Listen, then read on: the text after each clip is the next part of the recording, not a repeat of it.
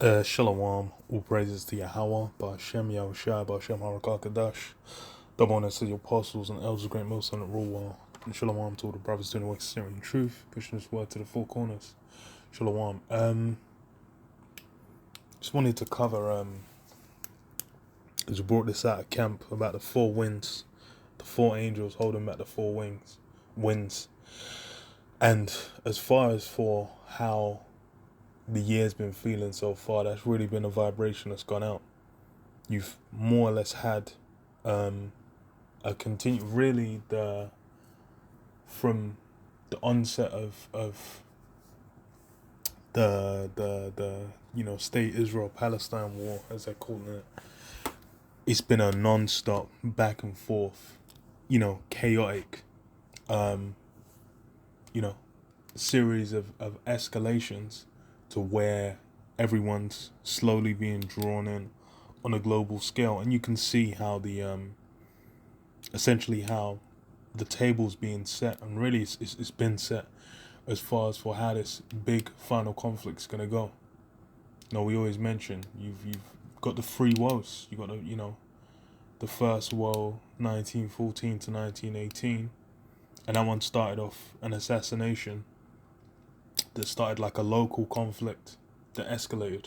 World War Two, you had Germany invade Poland, and then invade other parts of Europe, and then people thought it'd kind of stay on that scale, and it slowly, grew it built up steam over time. And we've had since like 2 years back now, 2 years and change. Actually, maybe it's gonna be 3 years soon. I can't actually remember exactly when it began, but like 2 years and change of like the Ukraine Russia war, and that's something that's not slowed down, and it's kind of become.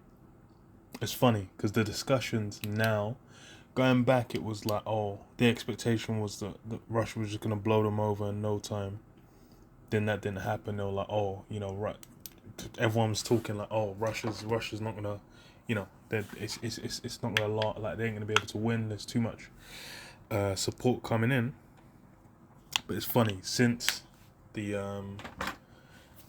state Israel and Palestine conflict kicked off, it's now what do you call it? People that, like, as far as for Ukraine, they kind of dimmed in their minds. They ain't really meditating on it that hard. So you have it. Like Russia's just kind of been, picking them apart, and it's evident as well that it's like, well, discussions you're seeing is like, look, we, if you keep funding it, they're not gonna win. But then, you need to send boots on the ground. So the reason these things haven't escalated is why is because the winds are being held back. So I read it. Revelation 7:1. It says, and after these things I saw four angels standing on the four corners of the earth, holding the four winds of the earth, that the wind should not blow on the earth, nor on the sea, nor on any tree. And I saw another angel ascending from the east, having the seal of the living power. And he cried with a loud voice to the four angels to whom it was given to hurt the earth and the sea, saying, hurt not the earth, neither the sea nor the trees, till we have sealed the servants of our power in their foreheads. And hurt not the earth, neither the sea nor the trees, till the servants are sealed. So as far as for that destruction to pop off, what's holding it back? The prophecies, what needs to be fulfilled, which is what? The elect being sealed.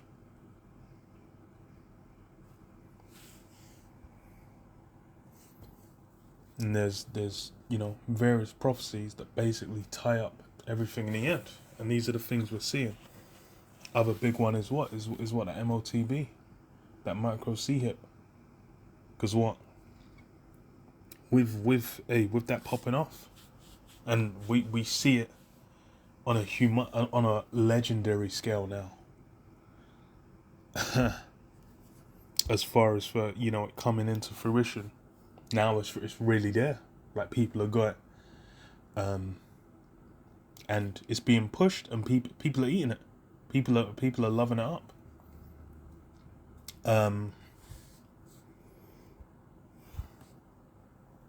So yeah, that destruction is being held back, and same thing with what's going on in, the state of Israel with that conflict. It's something that's escalating legendarily, and then again, the what's what you've had is the Houthis, the Yemenis, hitting up international ships, which has got US, UK, France, these different nations involved in retaliations. Then what's the form those retaliations take? Warfare. Everyone's being drawn into the mire, man, into the muck, into the gritty back and forth of the conflict. But it's not fully come to fruition yet, which is what some people are living, hoping and praying that it doesn't come to fruition. But that's because they lack understanding. Isaiah 55:11, it says, "So shall my word be that goeth forth out of my mouth. It shall not return unto me void, but it shall accomplish that which I please, and it shall prosper in the thing whereto I sent it." So yeah, they don't understand that word's been sent out, and it can't return void. The word sent out, and it's got a means to something to accomplish. And then you have for the time of the end, like we go into the prophecies, man. When you're dealing with the prophecies and these conflicts, they're basically a sign, a marker. They highlight and let us know, okay, we're in the midst of X. We're now in the time of Y. So we can know, like, okay, yeah, this is getting ready to wrap up. So now's when the elect are going to be sealed, and then it's going to be what? At time of Jacob's trouble, it's going to get messy. It's going to get sticky. The people out here are going to get tried and tested. But the reason these guys can't see it is why? Because to them it's still a mystery. To them it's something where it's not been revealed. Ephesians 1:8, it says, "Wherein he hath abounded towards us in all wisdom and prudence, having made known unto us the mystery of his will, according to his good pleasure, which he hath purposed in himself." Yeah, having made known to us the mystery of his will. It's like what Yahweh Shai said. He's unto you, he's revealed the mysteries unto the kingdom of heaven. But for everyone else, for those outside of the circle, these things haven't been revealed. And that's why it's like people are looking at, they just think all they can see on the scale of is within the framework of Esau system or Esau society. They're looking at like, okay, this, they're thinking about what CNN or Fox News has to say about it. But those guys don't have the full scope, because to piece it together, prophecy is required. You need to understand the word that's gone out. Then you'll be able to put together what's going to come to pass. Because this is something where it's basically within the bounds of the book. We're all here essentially in the midst of a play, in the midst of a story, in the midst of a movie. And we've all got parts to play. And because of those parts to play, certain events come to pass. Just like you have a movie script. You have, you split up the acts, the scenes, the little lines of dialogue and whatnot. All these different back and forths result in something happening. Where you have the conflict. Someone might shoot someone else, someone might shank someone else. Someone might get in fisticuffs. These conflicts happen. These things now that we're seeing, essentially that we're seeing these different facets of these prophecies come to pass. Because what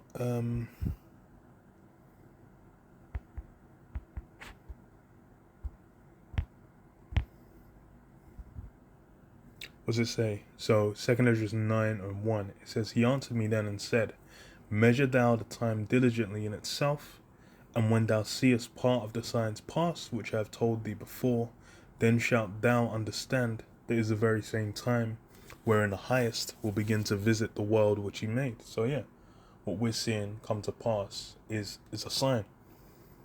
You essentially keep watch, you keep circumspect on what's happening, to be able to see, like, oh, okay, these things are now coming to pass. This is basically letting us know that what? Yahweh Shai getting ready to make their return. And then what are they coming to do? These are mystery, you go into Acts 1, you go into these different different scriptures to basically be able to piece it together. You go into Revelations. And then what? Even Ezra as well, to be able to piece together what's going to go down, the time of Jacob's trouble, and then how, Jacob's going to be saved out of it. Because as far as that's why, this concept of salvation, or being saved, as these Christians call it, that, to be able to piece it together, you need to know what you're being saved from. You need to know who the enemy is. They'll just say, oh, Satan. But there's a physical counterpart to Satan. To be able to pass who that is on the planet Earth. That's what? And that wasn't known. You go back 2,000 years and said, what, the mystery of iniquity doth already worked. But then what, to reveal that was for a later time. Because now is a time where we can go, okay, we know who the border of wickedness is. We know, okay, it's Esau Edom. We can piece together who Esau Edom is. He can't just slink off and call himself a Roman. And then, and then we don't know. We know it's, okay, the so-called white man. That's his new identity. That's who he's taking on. But that's Esau Edom. And these prophecies apply to him. You go to the Zondervan Bible Dictionary, then even Esau, these guys are put it together. No. Esau's promised what? No promise of future mercy. He's the only one. He was the only neighbor the Israelites that had no hope of future mercy. Because why? That's the role he's been allocated, which he's fulfilling now. That's why we're seeing things as they are, where people are thinking, oh, through technology or whatnot, then you're going to be able to kind of fulfill these dreams of like Star Trek, these futuristic so-called utopia, etc., etc. These things, people are looking at and thinking, oh, we're going to get there. That's a big part that ties into what the MOTB, because why? These things get some minds of the people. But then what, all these things being pushed, and the reason why they can't know, okay, we should be wary of how we approach what this man's saying, is because they don't know who he is. They can't tell you. They don't have the breakdown to explain, like, okay, this is X. So then they can, okay, so the reason they, what you call it?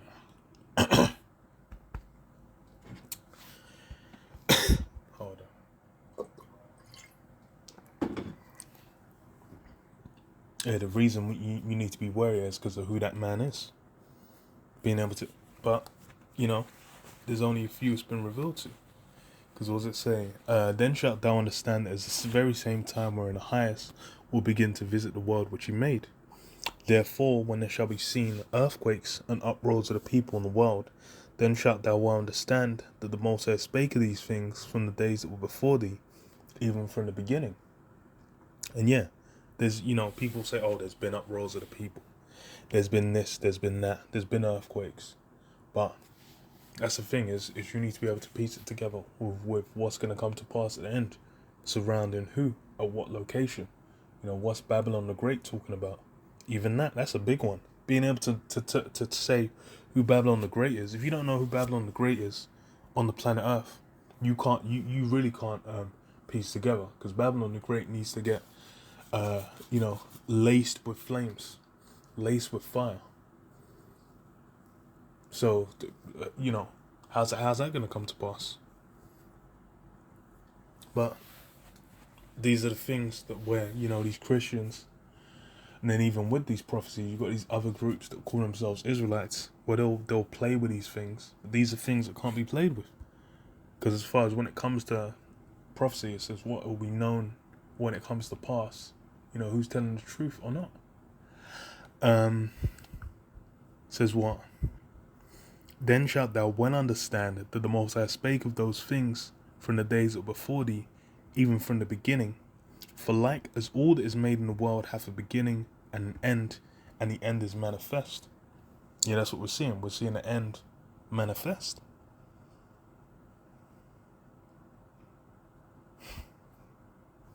Even so, the times also of the highest have plain beginnings in wonder and powerful works, and endings in effects and signs. And we're seeing those effects and signs. And where's, the key spots those signs are hitting is because what? Key prophecies, man. We know, hey, we're seeing the pot being stirred. Like I said, the key one is MOTB. That micro C-hip, which people are getting. That's, the human trials, the big one. It's always been the big one. Is Neuralink. That's been the one that's had the most global recognition. And it really shifted the culture when it was mentioned. As soon as it was getting mentioned, then it was like all of a sudden it became a real thing to a lot of people, a lot of places. It was there were other companies doing it on a smaller scale. There were other companies doing human testing before, but then the one that got the focus, that got all the eyes on it was Neuralink. So what does it say? Ezekiel 38:2, it says, Son of man, set thy face against Gog, the land of Magog. Just talking about those Russians, man. Where that land of Gog and Magog was. That's where these Russians are. The chief prince of Meshech and Tubal, and prophesy against him, and say, Thus saith the Most High Power, Behold, I am against thee, O Gog, the chief prince of Meshech and Tubal, and I will turn thee back and put hooks into thy jaws. And what's that turning back? What's those hooks being put in the jaws? Really, it's coming chiefly through Putin. Putin's had that vibration put on him to where he's gone into that old adversarial relationship, that enemy relationship with the West, where he's essentially set pace to where it's now those two nations are not at peace, and it's become it's fallen further and further into disrepair, and it's really primarily between the US, which is the heart of NATO, and Russia, because you had European countries messing with Russia. Germany is like the chief one. But in what? It was the States. The United States, the US of A, as they call it. There's been that key enemy role. Because why? Prophecy. It says on the Express, it says what? Vladimir Putin wildly claims NATO strike on Russia imminent as he sends chilling warning. Vladimir Putin has once again threatened fierce retaliation if NATO ever strikes Russian territory, as fears surge over possible World War III. Vladimir Putin has made an outrageous claim that NATO forces are preparing to strike Russian territory, while also issuing a chilling retaliatory threat. The Russian president made the wild claims during the annual State of the Union address, where he accused the West of lying about the war in Ukraine. In a chilling threat, he warned Russia's nuclear power is currently in a state of full readiness. And that's what's becoming the focus. That nuclear power. It's funny because you had like Dune 2 come out a few days ago, and then even in that film was based on a book that was written in the 60s, so the height of the Cold War, and then you can see that energy in there. Because it's basically about, two families. But then you also have, nuclear missiles, a nuclear arsenal, and that being used, as an aspect, as one of the factors within the movie. Because why? At that time, that was a focus. And it kind of, after like the late 90s, when the Soviet Union fell, when the wall got knocked down, and people thought, okay, yeah, it's just gonna be peace and love with Russia. That was when it kind of faded away, but now it's come back in a big way. Because why? You've got this conflict, and people are on tenderhooks about two main things: not Ukraine, Iran having access to nukes, and then what, Russia using it in this conflict. People are, yo, if Russia uses nukes, if Russia strikes on NATO soil, they're talking Poland for the longest, but now they're saying Moldova. These these things are now in the scope. And then why? Because prophecy, man. What does it say? Putin told the Federal Assembly they are preparing to strike our territory using the best possible forces to do so, but we remember those who tried to invade our territory in the past. Their fate will be much more tragic than anything we could face. They have understood that we also have weapons that can defeat them on their territory. And yeah, the thing that pushed Putin back into the focus was always interview with what's this guy, Tucker Carlson, a guy who's spoke to the apostles. This guy had some truth, slung at him, so he knows certain things, and he was, I think, the top cable news, maybe just news in general, channel, like or show, let's say, ratings wise, for years on end. So this guy is, he's up there with, he's rubbing shoulders, he's talking to these guys, he's engaging with, so he sees certain things. And that's why, he can this guy can go up in Russia, and then, now it's a damage control thing. Because why? The media has been a big part of the strength of the Western world, man. Them owning the media, them being able to push out certain narratives. And yeah, it's funny, because the missiles, it says, Vladimir Putin deploys horrifying Satan II missile that can hit almost all of US.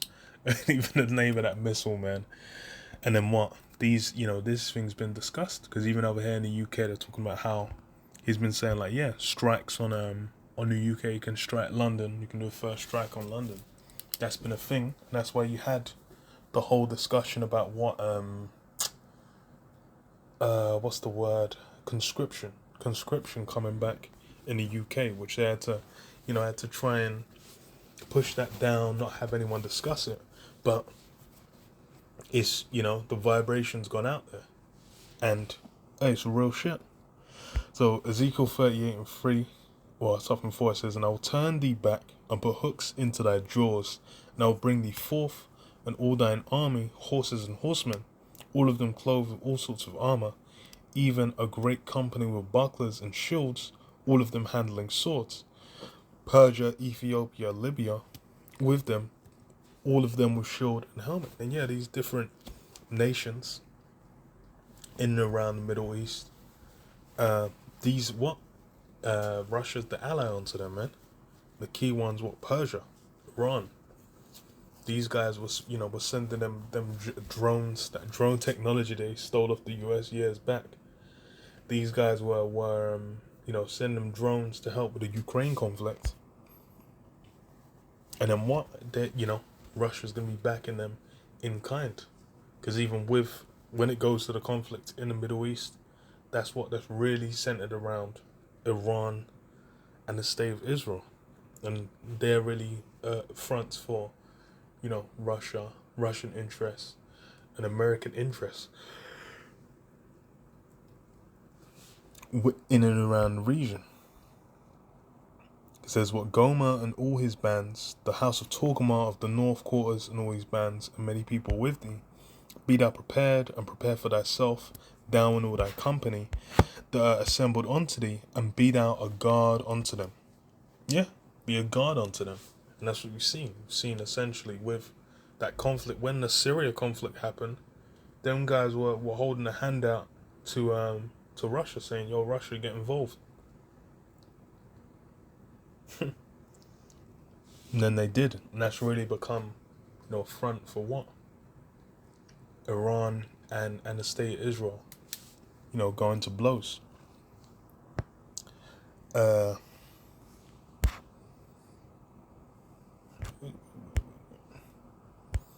so I read this because the other side is what Jeremiah 49:20. It says, "Therefore hear the counsel of the Lord Yahweh, that ye have taken against Edom, and his purposes that ye have purposed against the inhabitants of Teman.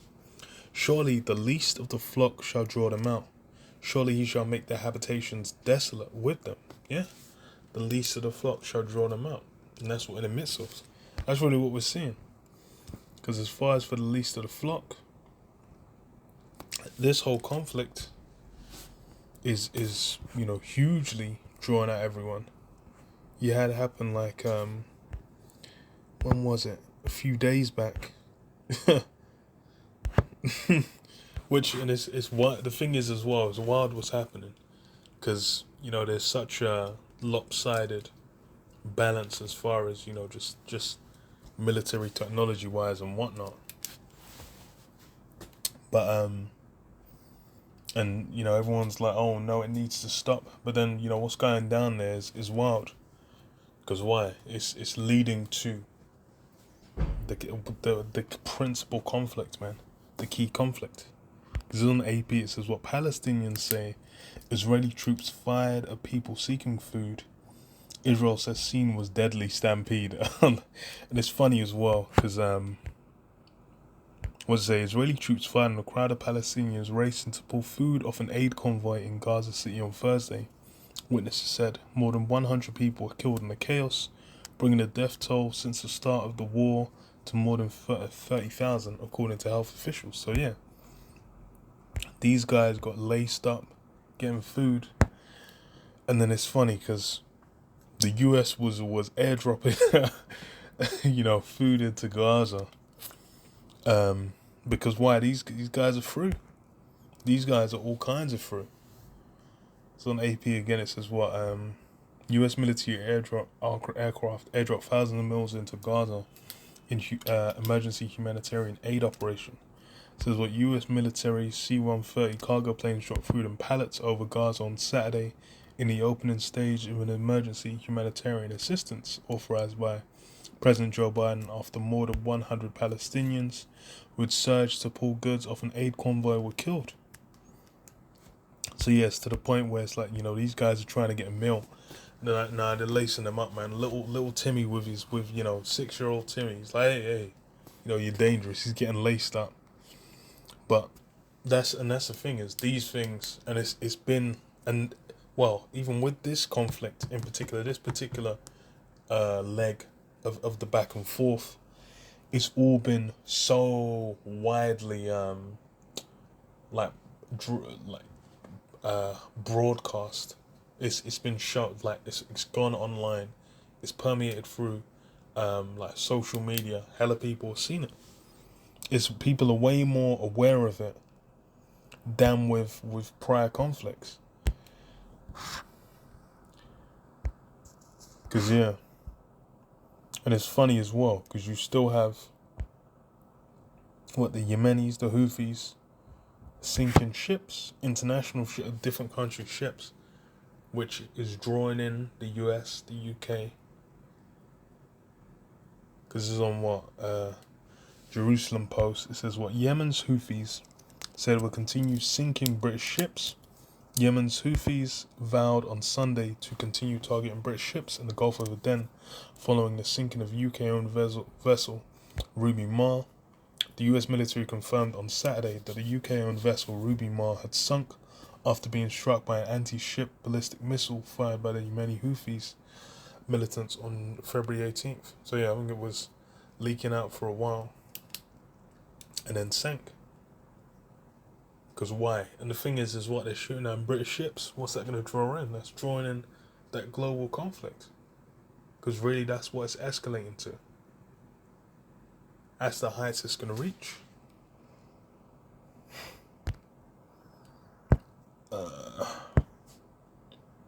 At least I'll read it again. So Jeremiah 49:20 says, "Therefore hear the counsel of the Lord Yahweh that ye have taken against Edom, and his purposes that ye have purposed against the inhabitants of Teman.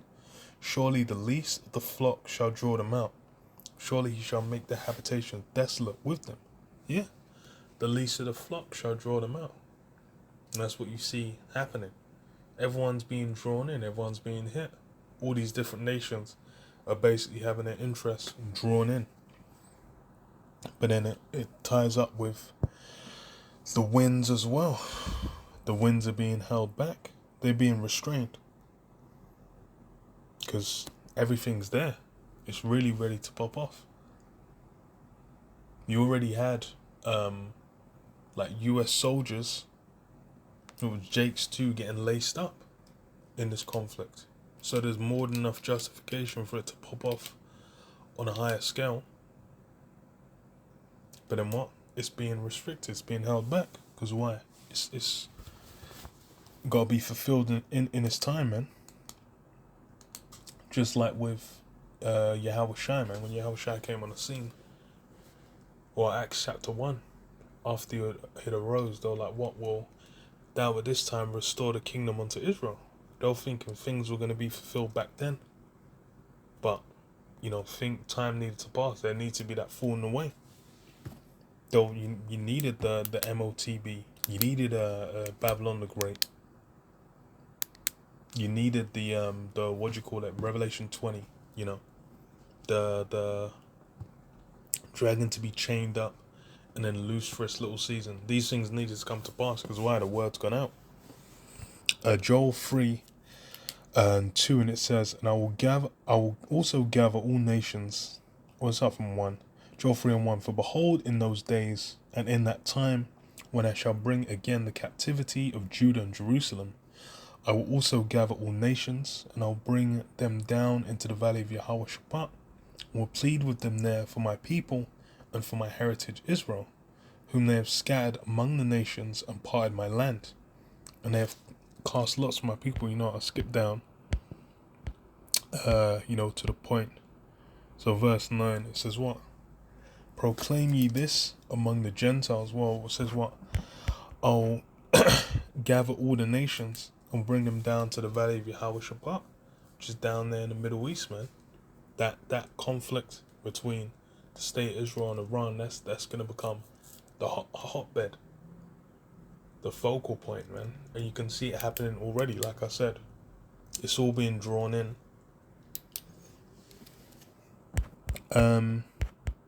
So it says, verse 9, proclaim ye this among the Gentiles, prepare war, wake up the mighty men, let all the men of war draw near, let them come up. Beat your plowshares into swords, and your pruning hooks into spears, let the weak say, I am strong. And yeah, prepare war, wake up the mighty men, all the heathen nations being drawn in. That's becoming that hotspot. And there's what? You had those prior woes. You had the First World War where it slowly escalated. Second World War, same thing. Now we're seeing it. And these are prophecies being fulfilled. But then again, for someone to understand it, for someone to get it, you gotta have it revealed to them, man. Be your plowshares into swords, and your pruning hooks into spears. Let the weak say, I am strong. Assemble yourself. Well, yeah, even the weak saying they're strong. All these different nations that what? At one point, they couldn't hold a candle to Esau. You go into Oppenheimer, that time when the atomic bomb was developed, it was something that where Esau really had it. Nations outside of Esau didn't have it, but now you get to the point where what? That's something where, bro, the Iranians out in the dust, in the dust of the desert, these men are got nuclear missiles popping off. North Korea's got it, it's like India, Pakistan's got it. These guys where it's like they're looking at like, oh, these guys were dirt nations. Now that now they've got the same capabilities. Because why? Prophecy. They've got to partake in what? Hating the horn, burning it with fire. The words again. Let the weak say, I am strong. Assemble yourselves and come all ye heathen, and gather yourselves together round about. Thither cause thy mighty ones to come down, O Lord Jehovah. Let the heathen be wakened and come up to the valley of Yahweh Shabbat, of Valley of Jehoshaphat, the valley of Yahweh Shabbat, the Most High's judgment. For there will I sit to judge all the heathen round about. Put ye in the sickle, for the harvest is ripe. Come get you down, for the press is full, the fats overflow, for their wickedness is great. Multitudes, multitudes in the valley of decision, for the day of the Lord Yahweh is near in the valley of decision. And yeah, that valley of decision, man, where that judgment's going to take place. These things are being, it's all being brought to a boil. But then what? The sealing of the elect, man. There's the winds are being held off. And then that's the thing, as soon as the green light gets given, it's a wrap. That's what people, second Peter 3, where it says, where's the promise of his coming? Since the fathers fell asleep, they're like, oh, how's it, we ain't seen, like, nothing's come to pass yet, what's going on? But they don't understand. It's being done in the time of Yahweh Hashem Yahushua. So yeah, I'll leave that. Leave it there. Shalom, shalom. Shalom.